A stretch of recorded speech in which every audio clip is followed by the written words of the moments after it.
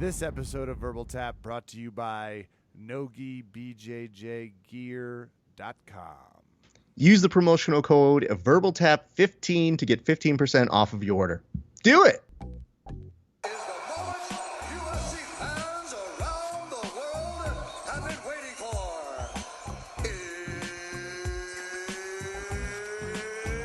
It's time! Tis the season where no-gi starts to end, maybe for some. Never here on this podcast. We're always no-gi in the hearts, even though it's presently snow firing in Denver, which means it's time for Verbal Tap, the show that proves fighting way easier from outside the snow fire. I'm your host, Kevin. With me, of course, Raph Esparza. Raph, how are you doing? You're just dealing with fire or just sunny beaches out in L.A. now that it's September?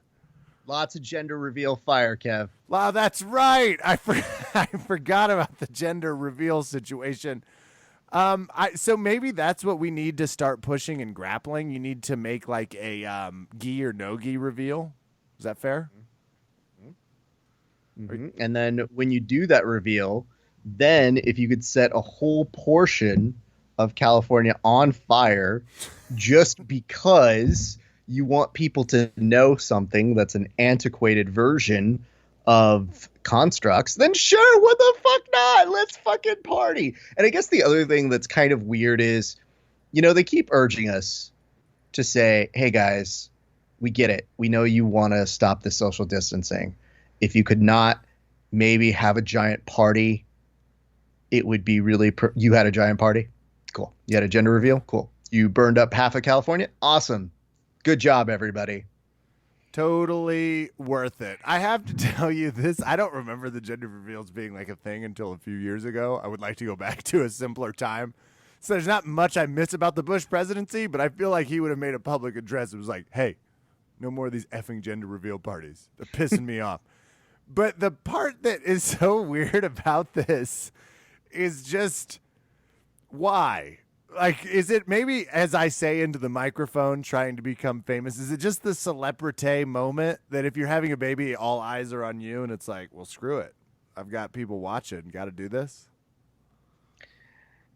So you're bringing up memories of me thinking, I vaguely remembered sharing a video the first time I saw a gender reveal thing, and I thought it was done with balloons or some dumb bullshit like that. And I said, oh, okay, that's cute. Then you realize that, oh, yeah, there's a weird thing where people are going to realize it's a boy or a girl. And then you almost start to realize some of these gender reveals have videos of parents that certainly wanted one way rather than the other way. And you go, yeah, this could be problematic, especially if that kid gets a hold of that video in 20 years. And we're not even talking about the weird parts if they feel other things or think other things. We're talking about the weird part of looking at it and be like, Dad, what the fuck is this look? So, seeing I your guess what sister start crying and breaking down because she finds out she's going to have a brother, it's like, I don't need that. I have enough shit to deal with. And the part, I watched someone blow up something with a AR-15 and tannerite, Raph. I grew up with some, I grew up a little bit more well-rounded, I think, than others. Wait, less rounded. How do I describe it? This was in Virginia. And I remember thinking, that's too far. That's simply because they also missed the first shot, which cracked me the fuck up. It was like, hey, if you're going to fire something at a tannerite explosion, for those that don't know, it's something that goes boom. It's illegal in a lot of places. Maybe just hit it with the first shot with your scoped AR-15. But it's like, is this American Sniper? This is the Hollywood pitch, Raph. They were sitting in there with their family. They're like, it's American Sniper meets some fucking basic bitches gender reveal in a balloon. You're going to love it. Tune in this summer. We are dealing with 4 inches of snow after we were raining ash in 100-degree weather, and I would like to say I'm out on global warming. I think it is a hoax. Who could have predicted fire snow? Assholes. That's my dog being like, you need to be back in on global warming, Kevin. It's ineffective. Raph, let's get to some fights. I don't know. Yeah. There's so much going on. It's hard to like hone in on a message, but there was some pretty great UFC fights this weekend. And to your point, they were a little expeditious. Mm-hmm. As we get there, do not forget it's already winter. That doesn't mean you need to not go to nogibjjgear.com and get your under the gi gear. Some gyms still do the seasonal thing. I realize that might not be as common. That was my gym, right? In Virginia, we went from gi to no gi, and I loved it. It was like, having a summer school type thing. But I do realize that a lot of people just train no gi all the time. People are already getting into prep for the various tournaments coming up. I saw Keith Krikorian out in Josh Lude's. You want to dress like the champions? Go to nogibjjgear.com, enter in VerbalTap15. Raph, any stories we need to hit before we start getting to Alistair Overeem's 40th birthday celebration? Yes, but I want to put a pin on something, which is for a later date, we should revisit #FireSnow, because that sounds like the sequel to Broken Arrow or the prequel. Haven't figured it out yet, but I want it. Genius. We can get John Travolta and Christian Slater back. Wait, I think John Travolta, it doesn't matter. It doesn't matter if John Travolta dies in that. We can get him back. This time, it's an even bigger nuke and an even stealthier plane, or what are you thinking? Mm-hmm. And more importantly, to your question about continuity, about character deaths, I would just say this. Think about it like this. John Travolta shows up and Christian Slater goes, "I thought you were dead." And John Travolta replies, "I was, but I'm not. Ain't it cool?"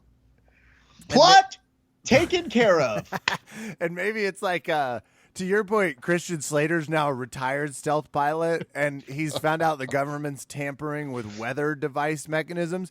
So he escapes to the mountains of Colorado, where for the first time it's being tested. They've got blizzards, they've got fires, and guess who shows up after he does some ayahuasca? Boom. Now it's like a spirit guide movie. It's, hold on, can I pitch it? It's Broken Arrow meets Sixth Sense. You're going to love it. We'll see you in theaters next summer. To our audience, I would let you know this, that when I said let's put a bookmark in it, I was merely okay with revisiting it on a later broadcast and going straight to the fights. But it appears Kevin has a full vision of where the sequel to Broken Arrow needs to go. You said Broken Arrow, and I couldn't turn it off. Certain things I get know. me too excited. Listen, my wife walked in on me when I was doing dishes, and I looked over, and there's Broken Arrow playing on the TV, and she goes, "Why are you watching this?" And I was like, "You will not change this. This is my happy place right now." For the same reason I've watched 21 Bridges 4 times. Because it's fucking perfect. I watched a lot more of Face Off than I needed to. So rewatchable. It was right after they had switched, and it's fun. John Travolta. I'm in. Something about John Travolta doing Nick Cage really unlocks some things in him and me. I'll tell you that.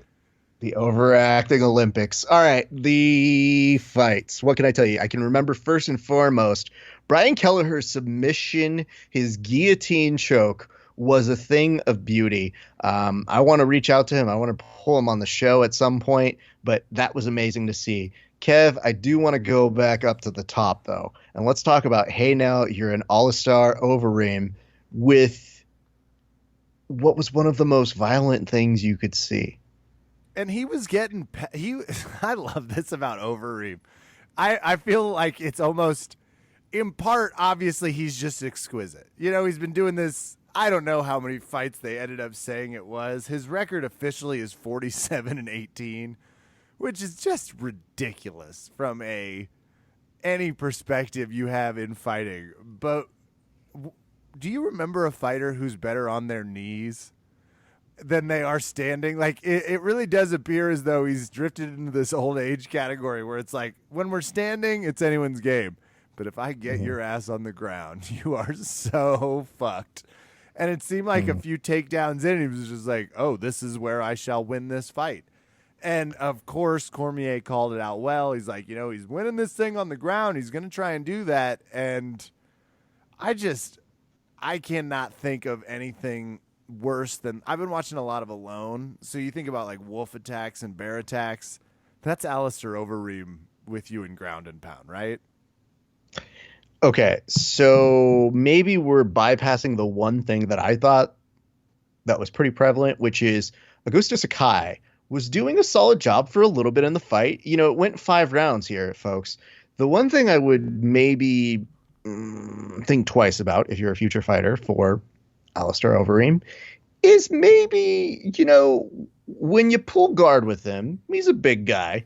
He's got some elbows and he knows how to use it. So when Sakai is looking at it, he goes, "Oh, thank God, I've pulled guard," and starts getting elbowed to the point of, is he going to make it that next round? This does not look healthy. To the point where when they do finally make the call that the fight is over, he kind of gives that look like, "Man, I can't believe you're calling this. Why would you do that?" We're all on the same page of, no, bro, you were going to lose the decision anyway. This is probably just going to spare like geometry, if we're being honest. Like, maybe you're not going to miss some part of the 5th grade that's going to like file missing footage somewhere. Look, there's a lot of things you can do with all that extra blood. Head on down to Red Cross, donate it there. We just don't need to see someone bleed out right there in the center of the octagon when it's sponsored by the U.S. Army. If you haven't heard my feelings on how they charge the military for these and then give them press, please tune into our last live fight companion over at the Grappling Hour. You're going to hear more than you probably bargained for. I'm with you. You got to stop that fight. At a certain point, it's like, if you're actually, this is a good barometer. Unless you're a Diaz brother, if your face is covered in more blood than it's not covered, that's a good time to stop the fight. Oh, this is a good moment to bring up. We'll come back to the fights. Have the Diaz brothers. I don't believe it to what you're alluding to, because we don't get that. It's 2020. We're not going to get good things.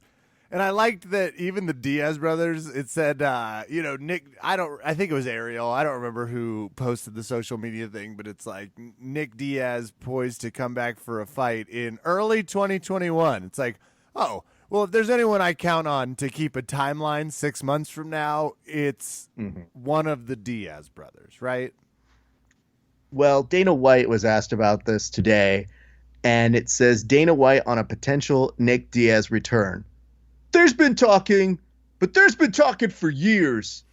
And I guess a more succinct version that is aligning with what you're saying here, which is, I don't have any expectations whatsoever. Now, if you have pulled the whatsoever, he would have said it at the phrase, RNC. We know it. If Nate or Nick Diaz was thinking about fighting, it would have been in his Trump stump speech. Don't forget, the only way we could save America is with Trump. Also, Nate Diaz returns to the cage this Saturday, November. What is this weekend? Fuck you guys. Just watch it. It'll be on the mail-in ballots for this coming November 3rd election. Which Diaz brothers should I really try and pay? Can't wait. No way Dana got that question on there. It was it was, trust me, already agreed upon. Hashtag look into it. Yeah. Well, okay. So that obviously was another element. And I guess Alistair Overeem was kind of doing that, hey, I'm on the back nine talk. After this, I think he is perfectly content in sticking around and seeing how the heavyweight picture may open up a door for him. 40. That was the part that really... So you and I have talked a lot about like how many times Overeem has fought. And I think I knew he was getting older, but for some reason the 40 thing really got me. When he said, not bad for 40, it was like, uh-oh. I've heard people make that comment before. For reference, LeBron James is 35, everybody. So this is on the other side of a long, historic, unbelievable career. What's your prediction? Maybe one more? Maybe two more? Like, what do we get out of Alistair Overeem so we can all properly prepare ourselves? Because truthfully, I half expected it here. I half expected this was my swan song. He gives us that $5 million smile. He has one of the best smiles in MMA, especially post-victory. Just he goes from looking like he will murder you to being like, that's the sweetest person I've ever seen in real life. Oh, He's the nicest guy who yields a giant hammer in a cage that I've seen. Good for him. Okay. No, I think you're kind of alluding something here, which is, wouldn't it be good to just kind of call it a day? But like we mentioned, I think he wants to see how the heavyweight title picture kind of plays out. So I went back and I looked at his Wikipedia page, and yes, there is no UFC champion next to his name. So he might want to stick around for that. While doing that, I can point out that there's a weird phraseology that is put on his Strikeforce Heavyweight Championship. Kevin, would you like to hear it? Absolutely. It says Strikeforce Heavyweight Championship. One time, first, last, only. So those are semicolons that are put together. Now, I argue the romantic comedy spinoff to Fire Snow is 100% going to be first, last, only. Starring Ryan Gosling and Steve Carell. They're back. They're back. It was okay the first time, but it's way less sad this time, we promise. And I think it's just great. Like, I've never seen anything written with that many semicolons to kind of exude the point of, well, it's a very specified amount of time that he held this. So what I would say to you is, yeah, if he's not in that title contention, maybe he would feel it. But 2 wins, Rocky division, he's a known name. If he puts in one more good performance, it's entirely possible that just because of name alone and the mere fact that they could potentially promote him for years thereafter as a UFC champ, they might keep him around for longer than we're all hoping that he might be. So I guess we're just going to have to wait and see how that plays out, Kev. Well, we've arrived at the beautiful point in the podcast where I try and match up someone to fight Derek Lewis. Can't imagine anyone better than Alistair Overeem, the Black Beast, Part 2.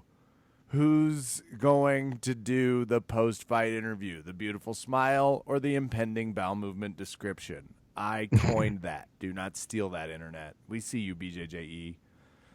Are you prepared to? Can I semicolon move on to Oven St. Preux? Please semicolon and regular colon move on, please. The left hook heard round the spinning headache of Mr. Menafield. This was brutal. I guess they call Menafield the judge. We had Anik and Cormier, so sometimes I'm not used to how many facts they throw at us. My UFC commentary brain isn't calibrated to process that information. I'm much more used to, say, Joe Rogan just making guttural noises or prophetic points, or I'm used to being annoyed by Dom Cruz or underwhelmed by Paul Felder as I hit my rounded third on all the commentary teams. But Anik and Cormier do unbelievable. Like, there's no weird Bisping left turns that take us down a weird path. So this one had a lot of fun facts, but I guess they call Menafield the judge because he doesn't let anything go to the judges. It was like, oh, so it's like an Atlantis Morissette ironic type. Okay, I think I follow. But if you're going to do that, please start singing Isn't It Ironic, John Anik? Like, what are we doing here? You have time. You had time until Oven St. Preux throws this counter left hook as Menafield's driving in. Here's what I love about Daniel Cormier's calling of the fights. He goes, I was just saying Menafield should be charging in, being more aggressive. Maybe the reason he wasn't is he felt that power.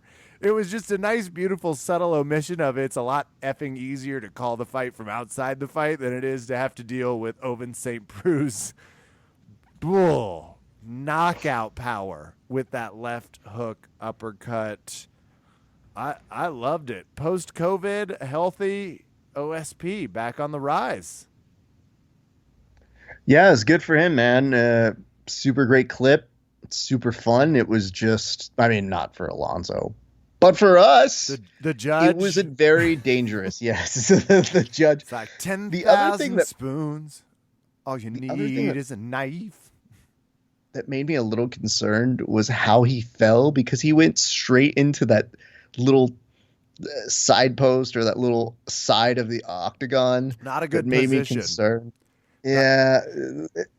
If anything, that's the one that made me kind of, I don't want to watch that. And the worst part is I guess best part for our audience, all of that's always on air for me. So when I react to it, my first thought after we do a fight companion is, okay, God, I'm tired. The second thought is, oh yeah, some of those reactions are going to be, yeah, I definitely reacted pretty funny to that OSP one. Because there's nothing else you can do other than absorb it and say, that man got slapped. Oh, You know that what I does not look- saw? If you try and, I'm sure. I mean, you're married. I'm sure your wife can relate. But if anyone's ever tried to wake me up after I've really been overserved the night before and it's an early deadline, that's how you look, right? You wake up in that position where you're on your stomach, just looking around like the world's here to arrest you or kill you. You're not sure which, really, but you know you should just be back to sleep because your body's not ready to process life or information. That's what it looked like. It was just that, don't wake him up. Just don't go after it. And I love now that there's no crowds, you can hear the referee being like, you just got caught, man. Just stay down. Just stay down. You just got caught. You got caught with a left hook. You're okay. Just stay down. Don't move. And you can just hear him go, It's not a great response. It's like, No. he's fine. It's a rough one to take in, but I mean, it was a good fight. All right, speaking Maybe of they good could fights, change his name to the Sober Wake Up. See, I can be ironic too. Michelle Barria was dangerous. He got a super solid rear naked choke to finish off what was already a fun fight. No, not a super solid rear naked. Okay, I actually have a question about this because if you didn't see it, Pereira beat the ever living shit out of Imadev. It was like what we wish we could do to Russians back when we had a spine. This was a real ass whooping from start to finish. He was cocky about it. He was throwing some things across, like he was already hiding his hands in round one. Really beating the shit out of him. Wraps up the world's quickest RNC. I didn't see a tap.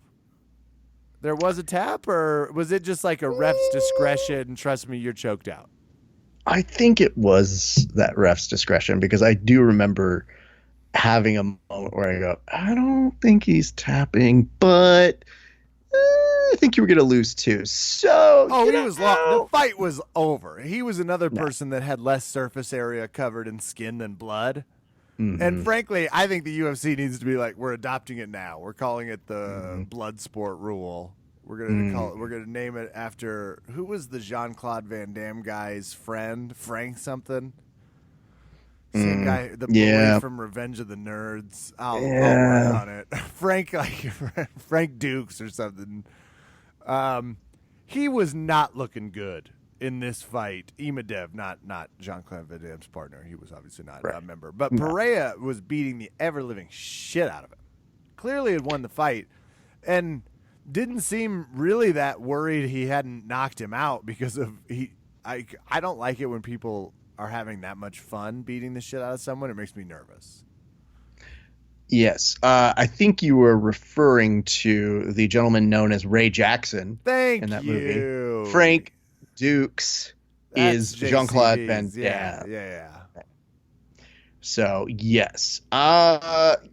Here's some other fun stuff to consider, though. This fight night was a mess in the regard that it just totally got reshaped in maybe 48 hours worth, and then again in 24 hours worth. It was hard to see something consistent stick the entire time in terms of an opponent. I felt bad for almost everybody involved. By the end of the night, there were only 7 fights. So yes, we did 7 fights in 3 hours and 30 minutes. And I have to say, it's kind of glorious. Now, I'm not saying we have to do that every single time. Fuck off. I've been on this corner for months, and I'm trying to help you on this because I feel like major pay-per-views should still be the standard. I think 13 is fine for those. But every once in a while, it is kind of nice that we do one of these. I just feel, Kev, the reason they do it is because it is probably the most cost-benefit way of putting on new programming on sports channels that thrive on constant new shit to be put on it. Well, fair, but sports channels being used loosely. Because was this on their live, or I thought this was a Fight Plus one. I can't even tell anymore. I guess we It's could say all virtual blending channels. I together. don't need to get on my high horse. It's still a channel. You're right. But I watched it obviously via the ESPN Plus app, and here is basically you have Pereira Amadev, but thank God for some early submissions, because otherwise we're talking 7 fights in about 5.5 hours. Because if we're just going off how the first fight took 39 minutes into the broadcast before we were done. That was only a 15-minute fight. The next fight, we were at an hour 20 by the time we were done. We are not averaging a crisp pace here. Thank you to Mooney's, who decided to armbar the shit out of Fabinski after a pretty slick. Did you see that triangle setup followed by I love those, because I guess as someone who frequently, there's no position I think I hate more than being triangled, just because it really upsets everything about my spine and neck. I hate it so much. And to see him transition to that arm bar, poor Fabinski was like, I'm Fatabskiing out. Can you please stop this? And the ref's like, wait, what's he doing? Is he tapping? I thought he was just playing some thigh drums. No, okay, he's tapping. That was a pretty slick armbar from Mooney's. Dug it. Outdone by the fight you already called, which was the Kelleher guillotine. That was sick. That was sick, and it was fast. Oh, actually, I think that was the guy who was fighting the judge. Sorry, Menafield. I think I got that fucked up. Now that I look at the card, everybody's like, oh my God, ref's got to hire better talent. Then the 2 fights before that are decisions. One goes to Araujo, pretty good fight. The other goes to Azur, again, pretty good fight, but 2 pretty big wrestling matches, pretty clear. Yeah. Unanimous decisions. Otherwise, good night of fights. I'm not going to call it as crisp as you would, but there was few things I enjoyed more than when we were either on Fox or ESPN and we did the 4 badass fights in a night. It was just 4 fights, 2 hours. Well, here's something you should know. This was the lowest amount of fights on a regular telecast for the UFC since 2005, which coincidentally was Diaz versus Diego Sanchez.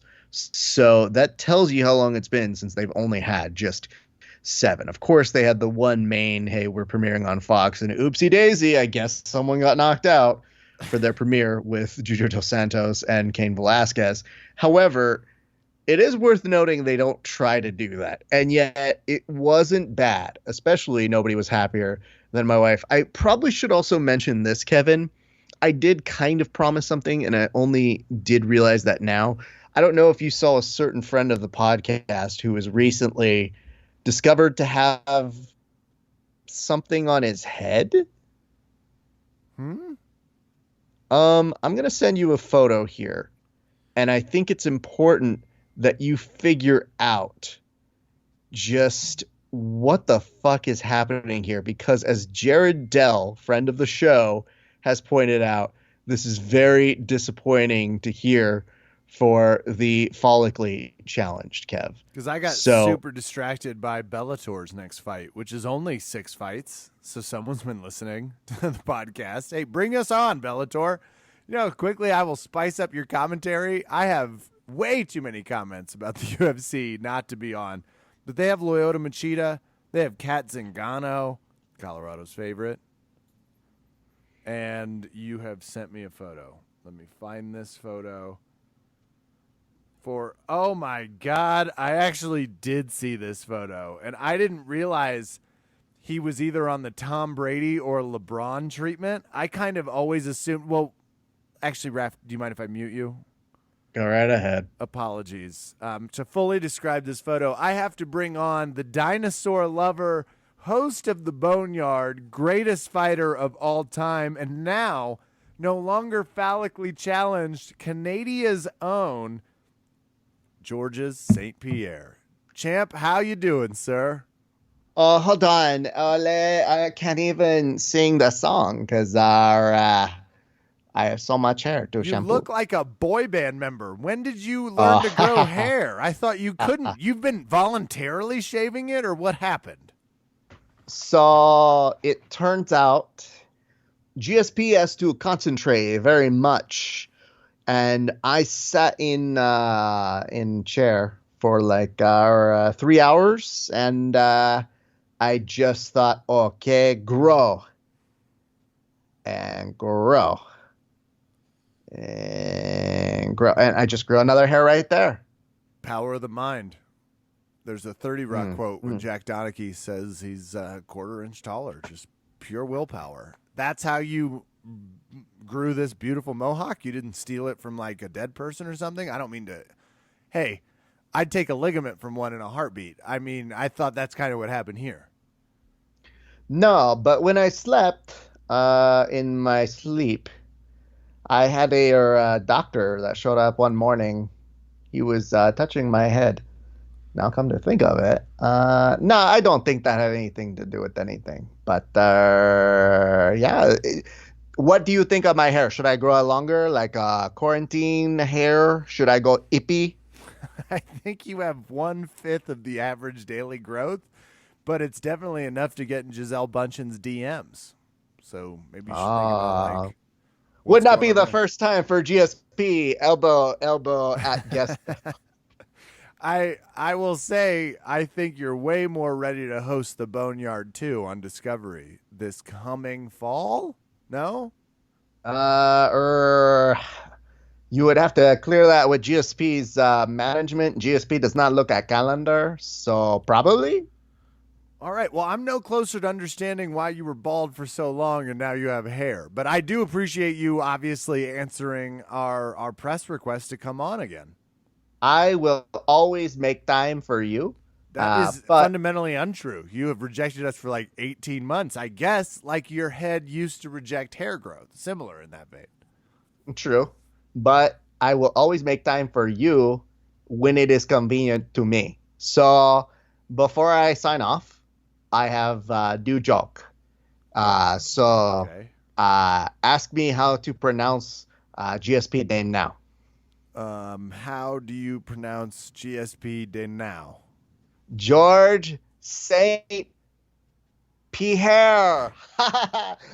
George St. Pierre. Get it? Because I am GSP, but GSP is short for George St. Pierre.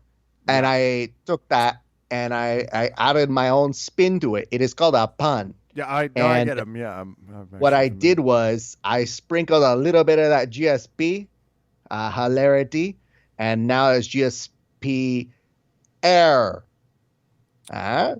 Well, now I'm going to go back to my co-host's dead air. Hey, see, I can do it too. Thank you, champ, for swinging by. Ole, ole, ole, ole. GSP has hair now. It's a beautiful faux hawk. I don't know why you chose the haircut of the Backstreet Boys after they were successful, but GSP, ladies and gentlemen, Canada's own and now proud owner of a very small faux hawk with a nice high fade. If you're looking for that look, you can find it at your barber. It's called faux hawk with a very nice fade. It's got a nice undercut. Raph, I'm bringing you back on. You and I have maybe worked on things the most when it comes to how do people regrow hair, right? Why is LeBron all of a sudden have a front hairline? Science is amazing. Science is really great if you're into that sort of thing. If you're on the Gary Tonin masks don't work, then I don't think you should be allowed to use Roman.com. But if you think maybe there's some use to it, GSP's got hair and so can you. Mm-hmm. Well, actually, I'm curious. Can I take another quick pop culture sojourn here? Yes. So The Office season 1, Steve Carell looks like he needs plugs or has them in. By Yeah. season 2, And post 40-year-old virgin fame as we hit season 3, it's all filling in. That's science, right? So let me tell you, I always tell people, listen, I don't know about your business. I don't know if you need plugs. I don't know if you need anything in your life. But if you do, go find the person who did Steve Carell's hair, because that person should be given a Nobel Peace Prize, because that second season of The Office, when he walked in, that's the biggest version of a sitcom. Who is that? What? That's a true leading comedic man. Give that man all of the money, please. Because it was struggling in that first season. And I look at it with awe and reverence. And I think to myself, you know what? The person who did Steve Carell's hair in between season 1 and 2, that's how we ended up on the moon, kids. I know some of you don't believe it, but if you can believe in the technology that made that hair happen, you can believe that we, yes, motherfucking went to the moon. $50 says it's NASA level technology, I guess we would call it. But it's so good. And I wish the children totally understand, because they might see that and not truly know that we were all concerned for Steve Carell. We didn't know he was going to be as big as he is now. Yeah, sure. All you kids who watch The Office now, you weren't there season 1. You didn't live through those 6 weird ass episodes that we said, maybe there's something here. We'll have to see. Or you didn't live through the original Office on the BBC where you said 12 of these. That's it. And we're done. And then when you got to the American version, they made the same goddamn episode 1 of that season that they did in the British one. So we went through a lot.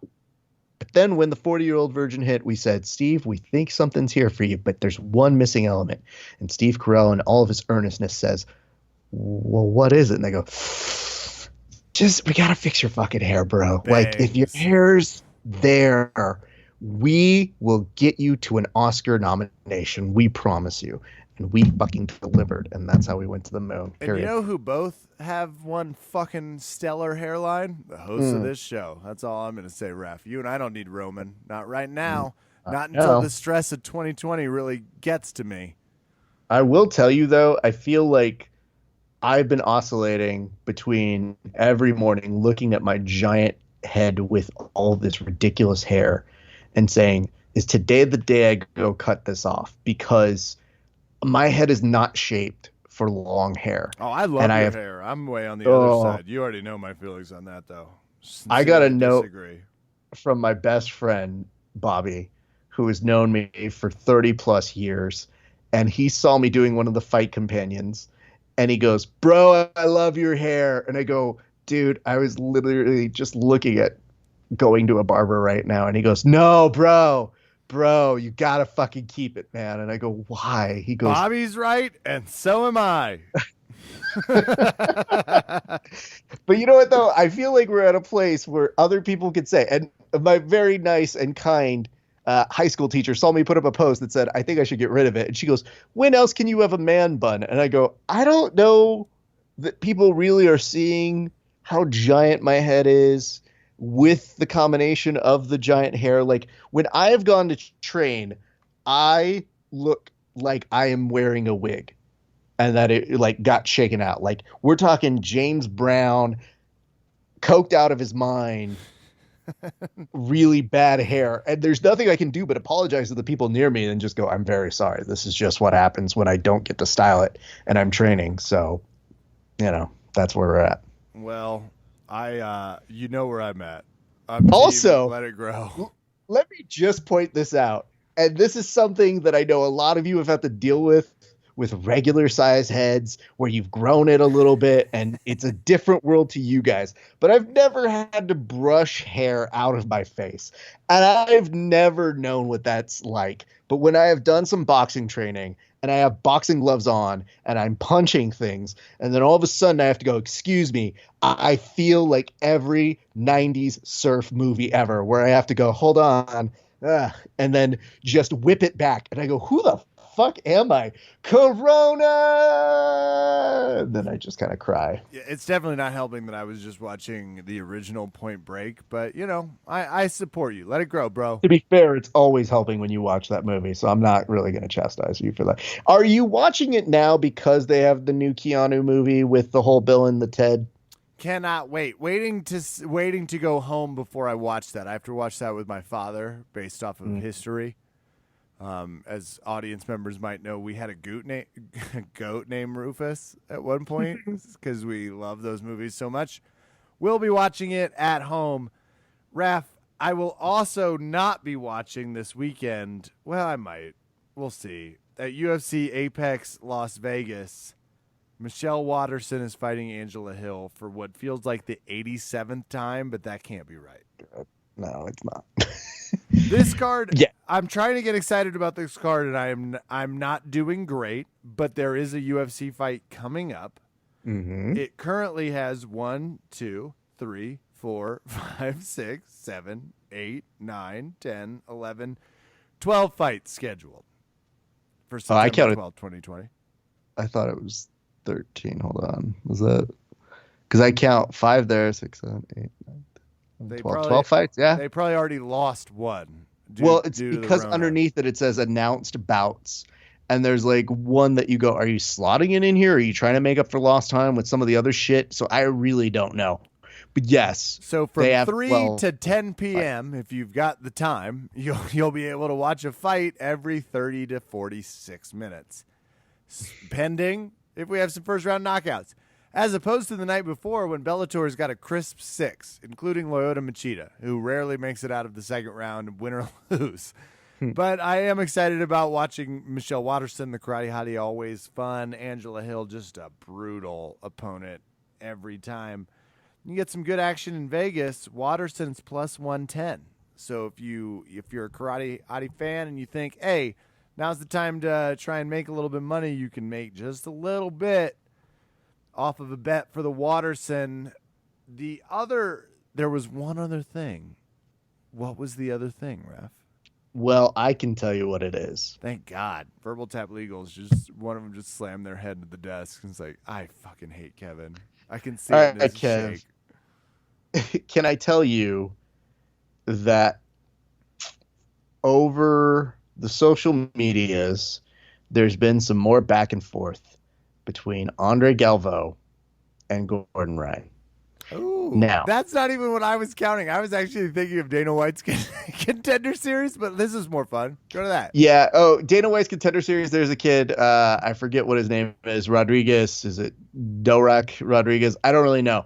That dude is amazing. He got an amazing triangle. I need to set up an interview with him because when they were showing him his highlights of getting this super sweet triangle choke, he, in talking to Laura Sanko, goes, oh, hey, I remember that. That's me. Oh, yeah, that was cool. I want to do that. Oh, that was great. Yeah, no, I won that. I did that. Yeah, that's cool. All right, so yay. So that kind of person always does well for our kind of style of interviews. So, yes, I am looking to book him.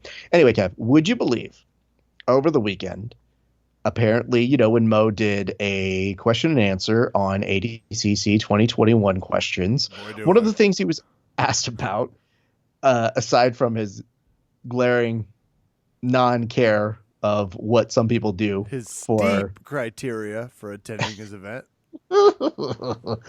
what some people do for a living, which I guess couldn't fall on his radar anywhere, is he was asked, hey, is Gordon and Andre gonna happen? Because that's supposed to be the next thing, the person who won the last one takes on the main person. Because especially this is why Galvan was skirting Gordon Ryan. And instead of being like, I hate him, Galvan was like, you want a shot at the title? Earn it. It was a real Rocky Apollo moment. Mm-hmm. And guess what? He earned it. Gordon McDumbfuck did earn it. So I thought he lost to Felipe Pena in the... No, he ended up... it was Buchecha and Gordon in the finals at ADCC 2019. of the absolute. The person who wins the absolute gets That's the opportunity. right. He lost to his get that weight back. class. Now I'm back. Yes. I'm sorry. So Buchecha does not get the opportunity to go. Gordon gets the opportunity to go. So the big Booch. question is Andre Galvo, who is going to be, I guess, 40 or 41 next year. I don't even know any. They just keep 40-year-old changing. grappler comes full circle. So over the weekend, apparently, Gordon probably catching wind of Mo's reaction to that question, which is, I'm really hoping we can make that one happen because we've been talking with Andre and I think it's going to happen, but I don't know. It's really on Andre on if he wants to do it because Andre could retire and thereby deny Gordon the match he has been dying to have so that he can shut the rest of you fucking up. So Gordon does what he does, which is just instigate and spew whatever nonsense he wants to do. Andre somehow gets sucked into this world this time because Gordon puts up a bet that says, I will bet you 1 million of my dollars against 500,000 of your dollars in a no time limit sub only match. And it does look like Andre does commit to it in the comment section. So that was where I left it. Now, normally I don't even follow Gord on Instagram, but I will do it right now to just see where we left off because I choose to have a brain and to not essentially get sucked in. So let's see what it says. Well, essentially, Gordon's been saying that he has more submissions in this year than Andre does in all of his years of being a black belt since 2005. So Galvo responded this morning and said, I'm waiting on Mo, ADCC commission. I don't feel any pressure about it. I'm a businessman. If they don't want to pay me, what can I do? I don't even know. I'm just waiting to see what response is. So it does seem like, yep, Gordon's getting brought in by Gordon getting trolled. He also has a video of him having a crown put on him. And it says, yeah, well, I'm just waiting for the official response over on this side. I'm just thinking to myself here, Kev, what is your response to all of that? Just hearing it. First, Galvo has been doing a pretty expert level job, I don't think on purpose, of accidentally trolling Gordon Ryan. But the second part of this is why all I want him to do is pettily retire. It's going to be like, not going to be there. Find somebody else to fight him. I did see that Gordon's also been asking if he can fight in the brackets in addition to the super fight, which sort of says, I don't know, a little bit more about how unprestigious the super fight has become. But it is a problem that I'm sure the very savvy Mo will be able to solve, which is your fighters don't give a flying fuck about your super fight. Just as a heads up, the fact that Gordon is now trying to lure him in with 1 million of his own dollars, which does give me a little pause of like, oh man, are we paying Gordon Ryan too much money to take on different? But hey, could you help your pal Gary out? Because he seems like he is 2 seconds away from living the impoverished homeless life based off of his social media feed. So there's some things that don't quite line up about this. It's like, wait, is Gordon richer than Gary? What the fuck has Gary been doing? I mean, so yes, but I love your idea of equating this to whenever the Republicans go against Democratic cities and they go, well, look at their cities. And they show videos of homelessness and trash. I like that you're like, if Gordon's so rich, why does Gary live like this? If you could bet $1 million, could we get a little less woe is me because my gym clothes? Like, suck off. A lot of us are not dealing with that kind of functional income, which makes me think maybe there's a little greed involved in there. Really, woe is me bullshit. You're going that way. I think my main point of argument for Gary's, let's make sure he's okay, is just look at his hair. You know, is he wearing the sweatband to kind of hide Is he the recording crazy shitty guitar videos and playing them online? I feel like I ended a relationship with him, and I can't for the life of me remember dating. Is basically how it feels. That's fair. He got the unfollow, so he's out on the. I was like, I don't think I need his fan page in my life anymore. Maybe I got too mature. Maybe he got too bitter. But I'm just subtly completely thrown off. It's like, are you gonna have to take like a Houston Rockets owner like loan to support that? But $1 million against $500K feels like a lot of money for grapplers to be throwing at each other. I don't know, man. I can just tell you this. Masks killed jiu-jitsu, Raph. They killed it. The virus is made up. We did it all so we could fuck Gary's stupid gym. That's why we did it. Here's what I would say to all of that. I would say, I can't believe this is where we come back to every time. Like, we did this several months ago. It was one of the first times I got to talk with Star-Lord. And Josh was saying that he secured $300,000 for a thing that would have gone to charity as constructed by Gordon and Andre Galvo in comment sections everywhere. And I think there is interest by an audience here. It's just, it's kind of silly in the sense that you say, oh, okay, maybe we're so bored, this is where we're at. I don't know why we always have to keep doing this prize fight bet, put up your own money thing, because it sounds like we're trying to jumpstart the economy to grappling that doesn't exist. Like, I don't know how many times you hear UFC fighters betting their purse. Oh, wait, it's never. But yet, to get more people interested, we're now getting to the, I challenge you for $1 million. It's like, okay. I get the commitment here. It does seem excessive and truly great sense of self here.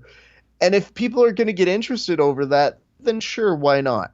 I just think to myself, you don't have a game co-partner in this dance in Andre Galvo. He just doesn't seem interested in these antics. And for him, there does seem to be an integrity in terms of, I want you to earn your shot. And then Gordon does earn a shot. And it's like, well, you know, Andre, you kind of have to give him that super fight now. And the hard part for Andre is he's like, I have to do dick because I've won a whole bunch and I've been winning for a long time. So do you have to give him the satisfaction of the match? I don't know. Maybe there's some sort of thing to that means something to Andre Galvo. But to the rest of us, it is funny. It just means that Gordon's going to sit there for years and say what a pussy that Andre Galvo was comparatively. So we're at a weird conundrum. And at my perspective, just fucking do it or don't is really where I'm at. I want to be done with it so we can maybe be moving on to whatever the next thing is. Because as it stands, this is just really absurd to see happening in the comment sections. And it just always makes me wonder when they see all of these other sports accelerating in such hilarious and amazing ways. When I go, oh, yes, 2 of the top professionals in our sport decided to have their Super Bowl because they were talking shit on Instagram. Cool story.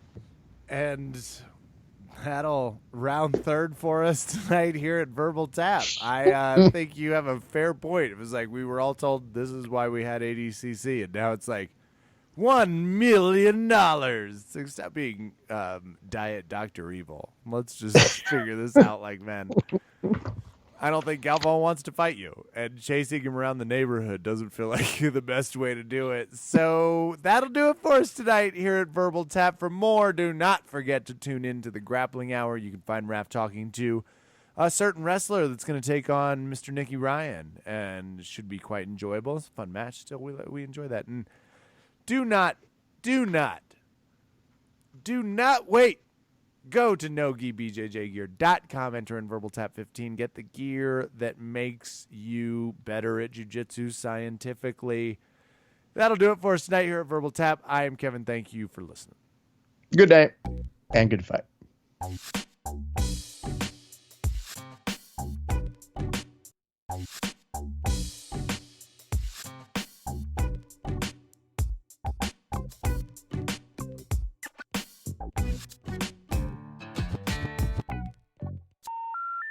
number you have dialed has been changed.